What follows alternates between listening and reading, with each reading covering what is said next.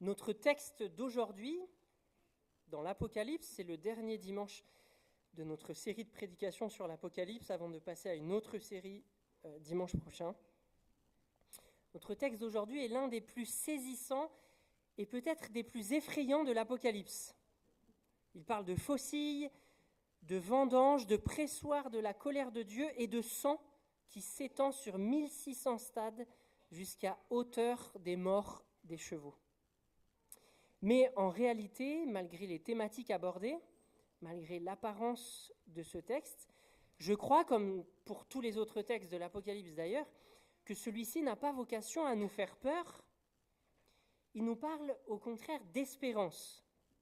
L'espérance qu'un jour le mal prendra fin. L'espérance que l'injustice qui se commet sur terre aujourd'hui ne sera pas éternelle. L'espérance que Dieu rétablira un jour son règne sur la terre. Je vous propose donc d'écouter ce texte que je vais lire dans un instant, avec la question suivante en tête.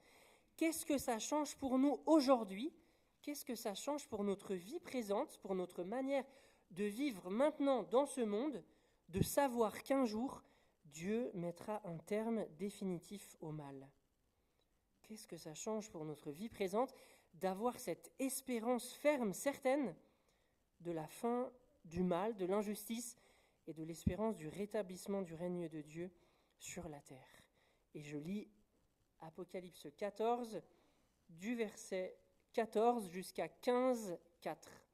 Apocalypse chapitre 14, verset 14, jusqu'au chapitre 15, verset 4.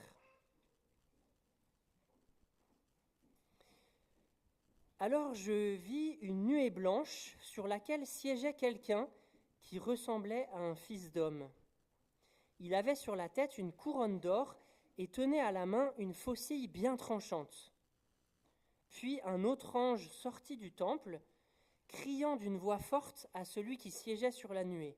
« Lance ta faucille et moissonne, car l'heure est venue de moissonner, et la moisson de la terre est mûre. » Celui qui siégeait sur la nuée lança sa faucille sur la terre, et la terre fut moissonnée. Un autre ange sortit du sanctuaire céleste, tenant lui aussi une faucille bien tranchante. Puis un autre ange encore, l'ange préposé au feu, quitta l'autel et cria d'une voix forte à celui qui tenait la faucille tranchante. « Lance ta faucille tranchante et vendange les grappes de la vigne de la terre, car ses raisins sont mûrs. » L'ange lança sa faucille sur la terre et vendangea la vigne de la terre. Il versa sa récolte dans le grand pressoir de la colère de Dieu. On écrasa les raisins dans le pressoir, hors de la ville. Le sang en sortit si abondamment qu'il atteignit la hauteur du mort des chevaux sur une étendue de 1600 stades. Puis je vis dans le ciel un autre signe grandiose qui me remplit d'étonnement. 7 anges portant 7 fléaux, les 7 derniers par lesquels se manifeste la colère de Dieu. Je vis aussi comme une mer cristalline mêlée de feu. Ceux qui avaient vaincu la bête, son image et le nombre de son nom, se tenaient sur la mer de cristal. S'accompagnant de harpes divines, ils chantaient le cantique de Moïse, le serviteur de Dieu, et le cantique de l'agneau. Ils chantaient « Seigneur, Dieu Tout-Puissant, tes œuvres sont grandes et admirables. Roi de tous les peuples, ce que tu fais est juste et conforme à la vérité. Qui oserait, Seigneur, refuser de te craindre et de te rendre gloire ? Car toi seul tu es saint. Tous les peuples viendront pour se prosterner devant toi, car il deviendra manifeste que tes actions sont justes. Amen. Je vous invite à prier. Seigneur, ta parole est la vérité. Transforme-nous, transforme notre manière de voir ta justice, notre manière de voir le monde et notre vie dans ce monde par cette parole que nous avons entendue. Amen. Nous sommes ici dans le livre de l'Apocalypse, dans le septenaire des visions. Vous vous rappelez, l'Apocalypse est structuré en plusieurs septenaires, c'est-à-dire en plusieurs groupes de 7. On a 7 lettres aux églises, 7 sceaux qui scellaient un rouleau fermé, qui sont ouverts les uns après les autres, cette coupe, cette trompette, etc. Et ici, on est dans le septenaire des visions, donc dans un sous-ensemble de textes dans le livre de l'Apocalypse, où se succèdent 7 visions. Vous avez déjà entendu des prédications sur les 4 premières visions, et chapitre 14, verset 14, où j'ai commencé la lecture, s'ouvre avec la 5e vision de ce septenaire, qui est marquée, vous l'avez entendu, par les images de la moisson et de la vendange, qui sont toutes les deux, moisson et vendange, réalisées par des faucilles bien tranchantes. Dans la Bible, la vendange est toujours une image du jugement dernier, exercé par Dieu. Et vous l'avez entendu, et c'est ce qui fait que ce texte-là est très saisissant, voire effrayant à première lecture. Les raisins qui sont récoltés lors de cette vendange sont versés dans le grand pressoir de la colère de Dieu pour y être écrasés. Et lorsqu'ils sont écrasés, ce qui ressort du pressoir, ce n'est pas du jus de raisin, mais c'est le sang de ceux qui sont condamnés par la justice divine, au point que ce sang-là qui sort du pressoir de la colère de Dieu monte jusqu'à hauteur du mort des chevaux sur une étendue de 1600 stades. L'image, comme je le disais, est absolument saisissante et effrayante. La moisson, quant à elle, c'est une image qui est un peu plus ambiguë parce qu'elle sert parfois dans la Bible comme une image du jugement dernier, de la même manière que la vendange, mais parfois elle sert aussi d'image du rassemblement des chrétiens à la fin des temps. Donc le versant positif du jugement dernier, où Dieu rassemble tous ceux qui sont sauvés, non pas parce qu'ils le méritent plus que les autres, mais parce qu'ils ont été unis au Christ, parce qu'ils ont mis leur foi en Christ, qui a payé la condamnation à leur place en offrant volontairement sa vie à la croix. Donc c'est le versant positif du retour de Jésus, la moisson, le rassemblement des chrétiens de tous les siècles et de tous les lieux. Donc il y a une petite ambiguïté autour de l'image de la moisson. Est-ce une image du jugement dernier? Est-ce une image du rassemblement de tous les chrétiens à la fin des temps? Qu'en est-il ici? C'est pas super évident. En fait, l'auteur de l'Apocalypse fait allusion, comme souvent, à des textes de l'Ancien Testament, et ici au prophète Joël, chapitre 4, verset 13, que je vous lis, où on peut entendre « Lancez la faucille, car la moisson est mûre, venez fouler, car le pressoir est plein, les cuves regorgent. » Donc vous voyez que déjà en Joël 4, verset 13, on avait l'image de la faucille, de la moisson et de la vendange qui étaient rassemblées pour parler du jugement dernier. Et donc si Jean, l'auteur de l'Apocalypse, au chapitre 14, fait référence à travers la faucille, la moisson et la vendange à ce texte de Joël 4, il est très probable que, comme en Joël 4, en Apocalypse 14, l'image de la moisson soit aussi une image du jugement dernier, et non pas, comme dans les évangiles par exemple, une image du rassemblement des chrétiens lors de la fin des temps. Donc tant la vendange que la moisson, dans notre texte, sont deux images d'une même réalité, celle du jugement dernier à la fin des temps, lorsque le Seigneur reviendra. Et le texte de Joël, auquel il est fait allusion en Apocalypse 14, nous éclaire davantage sur le sens de notre texte. Parce que dans le contexte de Joël 4, le Seigneur convoque et rassemble toutes les nations de la terre pour un dernier combat, et puis il s'assoit pour juger les nations de la terre qui se sont opposées à lui. En Apocalypse 14, ce thème du rassemblement des nations et du combat n'apparaît pas, mais il est implicite par l'allusion à Joël 4, et ce thème implicite ici, du rassemblement des nations, sera explicité au chapitre 20 de l'Apocalypse. Donc Jean reviendra au chapitre 20 sur cette thématique déjà présente dans l'Ancien Testament, notamment en Joël 4. Quelle est cette thématique? Le fait qu'à la fin des temps, lorsque le Seigneur reviendra, il rassemblera toutes les nations qui s'opposent à lui pour mener un dernier combat contre elles. En fait, c'est les nations qui se ligueront une dernière fois menées par Satan pour s'opposer à Dieu et au peuple de Dieu. Mais Dieu s'assoira sur son trône pour juger ces nations qui s'opposent et qui se rebellent contre lui. Il n'empêche que dès Apocalypse 14, l'allusion à Joël 4 nous suggère ce thème-là. Lorsque le jour du Seigneur sera là, les nations qui se sont mises au service de la bête et du dragon, dont on avait entendu parler dans les chapitres précédents, les nations qui auront opprimé le peuple de Dieu, comme on continue de le voir aujourd'hui en Corée du Nord, en Afghanistan, en Somalie et dans plein d'autres pays du globe, les nations qui auront absolutisé l'État en exerçant un pouvoir totalitaire, toutes ces nations seront rassemblées pour un dernier combat et Dieu les jugera et les condamnera pour l'opposition qu'elles auront exercée contre Dieu et contre son peuple et pour toute l'injustice et le mal qu'elles continuent à commettre jusqu'à aujourd'hui. Et l'agent de ce jugement, dans notre texte, celui qui exerce ce jugement, c'est Jésus. C'est celui qui s'est assis sur le trône de Dieu et dont la bête veut prendre la place. Ça fait partie du projet de la bête qu'on a vu dans les chapitres précédents, de prendre la place du Christ, de prendre la place de Dieu pour recevoir l'adoration des nations à la place du véritable Dieu. Eh bien, c'est ce Jésus-là qui est lui véritablement assis sur le trône et contre qui combat la bête, ce Jésus-là qui exercera le jugement et qui, à travers le jugement dernier, mettra fin au projet de la bête et aux injustices qui se commettent dans les nations sous influence de la bête. C'est bien Jésus, en effet, qui, dans notre texte, apparaît siégeant sur une nuée blanche, ressemblant à un fils d'homme. C'est une nouvelle allusion, il y en a beaucoup dans l'Apocalypse, une nouvelle allusion à Daniel 7,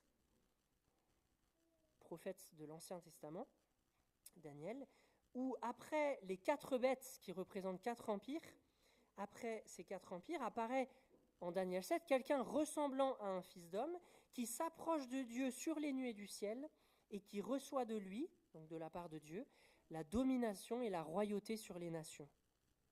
Eh bien, en Apocalypse 14, celui qui ressemble à un fils d'homme et qui va exercer le jugement, donc la domination et la royauté sur les nations, parce qu'il a reçu cette autorité de la part de Dieu, c'est Jésus, l'agneau, qui a offert volontairement sa vie à la croix et qui a reçu donc la royauté suprême dans le ciel grâce à son sacrifice à la croix.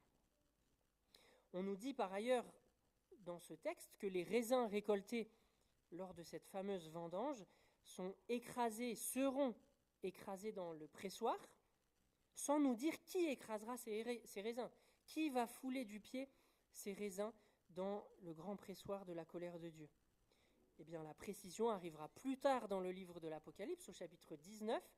Vous vous rappelez, l'Apocalypse fonctionne de manière cyclique. L'auteur n'avance pas juste chronologiquement, mais il revient régulièrement en arrière sur des événements dont il a déjà parlé, pour les éclairer sous une face nouvelle, pour apporter de nouvelles précisions sur des choses dont il a déjà parlé. Eh bien, au chapitre 19, l'auteur reviendra sur cette image du pressoir et cette vendange qui représente le jugement dernier, pour dire que c'est Jésus lui-même, chapitre 19, verset 15, qui écrasera le raisin dans le pressoir à vin de l'ardente colère du Dieu Tout-Puissant. C'est bien Jésus, donc l'agent du jugement, c'est bien Jésus qui mettra fin à l'injustice commise par les nations, à la rébellion des nations contre lui, au projet de la bête pour prendre la place de Dieu, pour absolutiser l'État, pour réclamer l'adoration qui était due normalement à Dieu seul. C'est important de noter, à travers le rôle de Jésus ici dans le jugement dernier, que le Jésus du Nouveau Testament, le Jésus de la bonne nouvelle de l'Évangile, n'est pas autre que le Dieu de l'Ancien Testament. Jésus n'est pas moins juge que Dieu le Père. Et le jugement dernier dont nous parlons ici ne peut pas être évacué du message de l'Évangile dont il fait pleinement partie. Bien que nous soyons souvent mal à l'aise, et on comprend, avec ce concept, cette attente de l'événement du jugement dernier, ce jugement fait partie de la bonne nouvelle. On ne peut pas l'évacuer sans amoindrir, sans abîmer cette bonne nouvelle en laquelle nous croyons et que nous proclamons dans le monde. Le jugement fait partie de la bonne nouvelle parce que c'est à cause du jugement dernier que nous attendons que nous pouvons être certains que l'injustice ne durera pas toujours. C'est parce que nous savons qu'il y aura un jugement dernier exercé par le Christ que nous pouvons être certains dès aujourd'hui que les atrocités commises par les nations ne dureront pas toujours. Les États totalitaires ne pourront pas réclamer l'adoration de leurs citoyens pour toujours. La bête ne réussira pas à usurper la place de Dieu. Nous en sommes certains parce qu'il y a un jugement dernier. Et qu'il est certain qu'il y aura un jugement dernier qui, en quelques secondes, mettra fin à toutes ces atrocités, à toute cette injustice que nous voyons dans le monde aujourd'hui. Le jugement dernier mettra un terme définitif au mal et le règne de Dieu sera rétabli sur la terre par Jésus qui remettra toute autorité à son Père.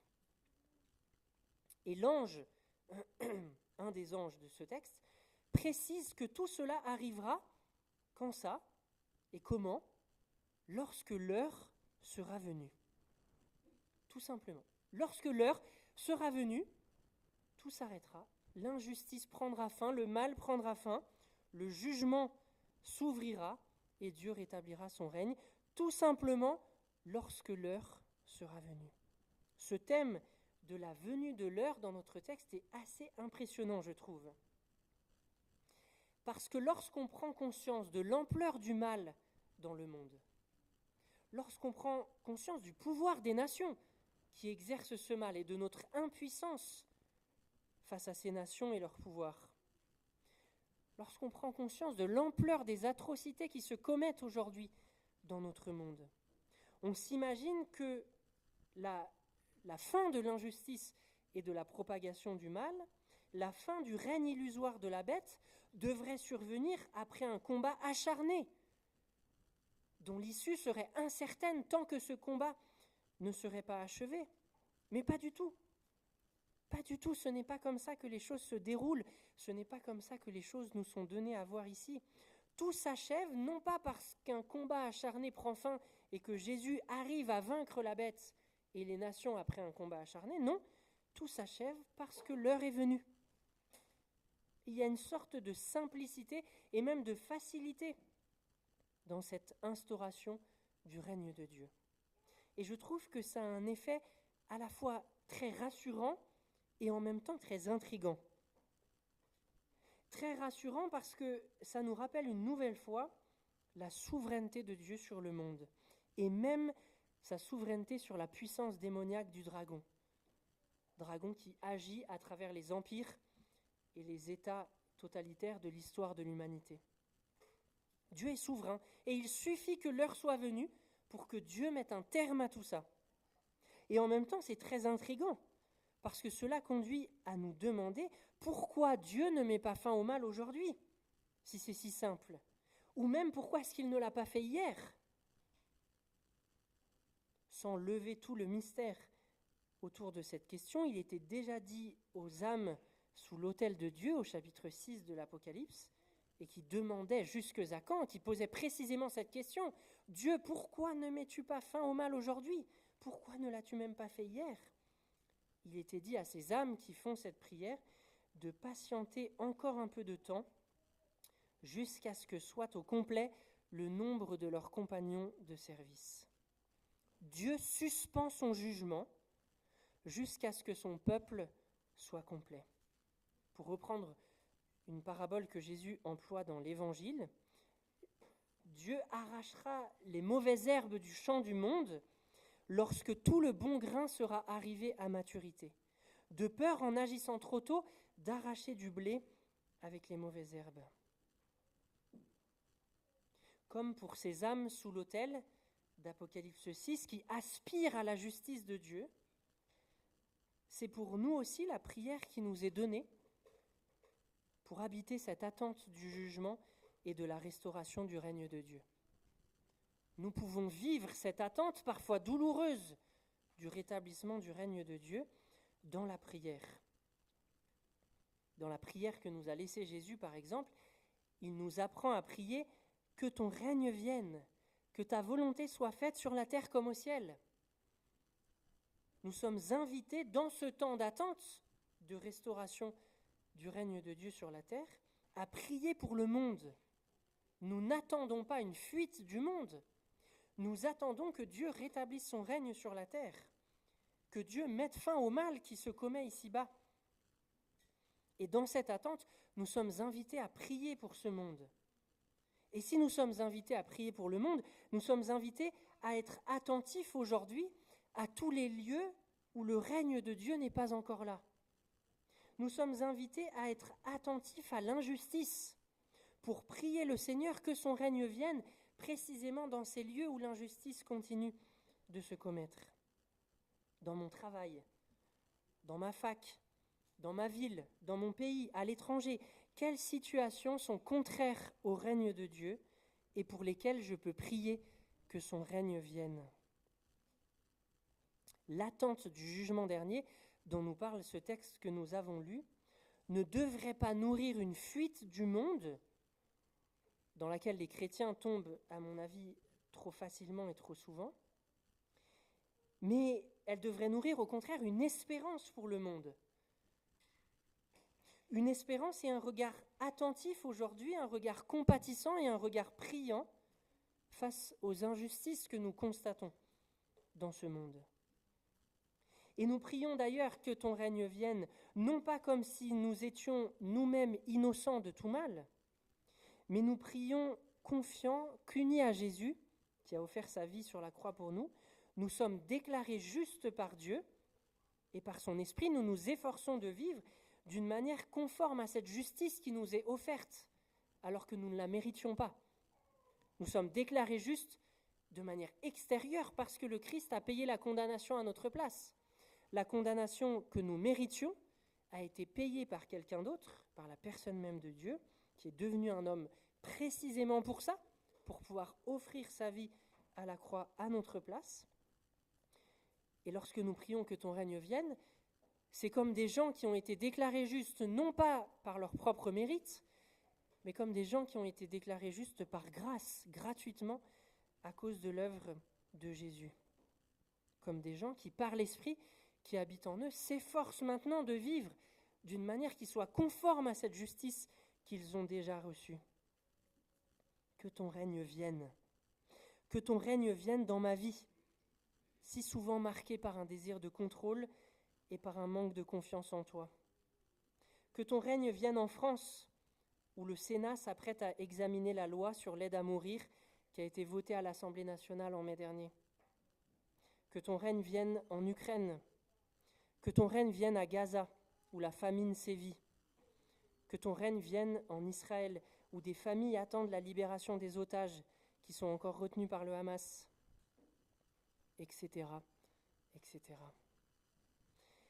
D'une manière qui nous dépasse, d'une manière qui est tout à fait mystérieuse, la venue de l'heure du jugement sera une réponse à toutes ces prières formulées par les chrétiens à travers tous les siècles. On l'a déjà signalé plusieurs fois dans cette série de prédications sur l'Apocalypse. Les jugements de Dieu, que ce soit dans l'histoire ou le jugement dernier dont nous parle le texte du jour, interviennent à chaque fois en réponse aux prières des croyants. Ici encore, c'est l'ange préposé au feu qui quitte l'autel céleste pour dire à un autre ange « Lance ta faucille tranchante et vendange les grappes de la vigne de la terre, car ses raisins sont mûrs. » C'est l'ange préposé au feu qui exerce son service dans l'autel, sur l'autel céleste. C'est lui qui sort de l'autel pour signaler que l'heure est venue à Jésus, puisqu'il dit à Jésus « Lance ta faucille pour la moisson » et puis il dit à un ange « Lance ta faucille pour la vendange ». Qui est cet ange préposé au feu ? Il s'agit en fait très certainement de l'ange que nous avons rencontré en Apocalypse 8, verset 5, qui se tient sur l'autel dans le ciel, à qui on remet les prières des chrétiens et qui a pour vocation d'offrir ces prières des chrétiens à Dieu en les déversant sur l'autel. Et c'est également ce même ange qui récupère des braises sur l'autel et qui les lance sur la terre pour exercer les jugements de Dieu au cours de l'histoire de l'humanité. Cet ange exécute donc les jugements de Dieu en réponse aux prières des croyants qui montent jusqu'à l'autel. Ce n'est pas anodin que dans notre texte, ce soit ce même ange préposé au feu qui quittent l'autel pour déclencher la vendange du jugement dernier. Nos prières d'intercession pour que vienne le règne de Dieu et sa justice seront exaucées, c'est une certitude. Ces prières sont entendues, ces prières sont comme rassemblées par cet ange préposé au feu, et elles seront exaucées lorsque Dieu mettra fin au mal et rétablira son règne sur la terre en rétablissant sa justice, et non pas en mettant tout le mal qui se sera commis sous le tapis, comme si rien ne s'était passé. Dieu prend en compte l'injustice et Dieu rétablira sa justice par le jugement. Et en ce jour-là, nous dit le début du chapitre 15, en ce jour-là, notre intercession deviendra louange. C'est ce que révèle la dernière des 7 visions au tout début du chapitre 15 que nous avons lu. Ceux qui ont vaincu la bête, c'est-à-dire ceux qui ont persévéré jusqu'au bout dans la foi, quitte à en mourir, ceux qui ont vaincu la bête, son image et le nombre de son nom, sont au ciel auprès de Dieu et chantent les louanges de Dieu. Ils disent, lit-on au début du chapitre 15, ils disent « Seigneur, Dieu Tout-Puissant, tes œuvres sont grandes et admirables. Roi de tous les peuples, ce que tu fais est juste et conforme à la vérité. Qui oserait, Seigneur, refuser de te craindre et de te rendre gloire? Car toi seul tu es saint. Tous les peuples viendront pour se prosterner devant toi, car il deviendra manifeste que tes actions sont justes. Tout le monde ne le voit pas encore, que les actions de Dieu sont justes, mais il deviendra manifeste que les actions de Dieu sont justes. Je l'ai déjà dit, nous sommes bien souvent mal à l'aise, et moi le premier, avec ces textes de jugement dans la Bible. Mais la réponse chrétienne qui est proposée ici à cette annonce du jugement, c'est la louange. C'est en quelque sorte le pendant du discernement du mal et de l'injustice dans le monde. Je le disais tout à l'heure, cette annonce du jugement dernier nous invite à aiguiser notre regard sur le monde pour y discerner l'injustice, pour dénoncer l'injustice comme injuste et pour prier dans tous les lieux où l'injustice se commet que ton règne vienne. Eh bien, cette louange est comme le pendant de ce discernement. Si nous saisissons vraiment le mal comme mal, alors nous discernerons la justice du jugement de Dieu. Et je me demande si le malaise que nous ressentons face à cette annonce du jugement ne vient pas du fait que nous avons du mal à discerner le mal comme mal. Nous avons du mal à saisir l'absolue malignité du mal. Nous avons tendance à minimiser le mal que nous commettons ou parfois que les autres commettent, en tentant de le justifier, de l'excuser, de le minimiser. Mais si nous comprenions l'absolue malignité du mal, alors nous comprendrions mieux, je crois, l'absolue justice du jugement de Dieu. Et nous comprendrions mieux à quel point le jugement dernier fait partie de la bonne nouvelle dans laquelle nous avons mis notre foi. Et nous nous demanderions, comme ceux qui sont dans le ciel au chapitre 15, qui oserait, Seigneur, refuser de te craindre et de te rendre gloire? Qui oserait, non pas parce que tout le monde aurait peur et n'oserait pas se rebeller contre Dieu, mais parce que si nous comprenons la bonté et la justice de Dieu, comment oserions-nous continuer de nous rebeller contre Dieu? Qui oserait, Seigneur, lorsque nous avons compris l'absolue malignité du mal et l'absolue justice du jugement de Dieu, qui oserait, Seigneur, refuser de te craindre et de te rendre gloire? De la même manière que Moïse avait chanté en Exode 15 la gloire de Dieu qui avait anéanti l'armée égyptienne et délivré son peuple de l'esclavage, de même le peuple de Dieu chantera les louanges du Seigneur qui les a délivrés à la croix de l'esclavage du péché et de l'oppression de la bête qui agit à travers les empires humains. C'est pourquoi il nous est dit dans ce texte que ce cantique est à la fois le cantique de Moïse et de l'agneau. Au fond, et pour terminer, ce texte, avec sa moisson et sa vendange, ses faucilles et son cantique de Moïse et de l'agneau, nous invite à intégrer la perspective du jugement dernier dans notre manière de lire le monde et d'y vivre aujourd'hui. non pas pour nourrir une peur et une culpabilité excessive, puisque ceux qui sont unis à Jésus sont déclarés justes, mais pour nourrir plutôt notre espérance et notre prière. Notre espérance qu'un monde juste sera restauré dès que l'heure sera venue, et notre prière en aiguisant notre regard sur les lieux d'injustice pour les remettre à Dieu, en disant « que ton règne vienne ».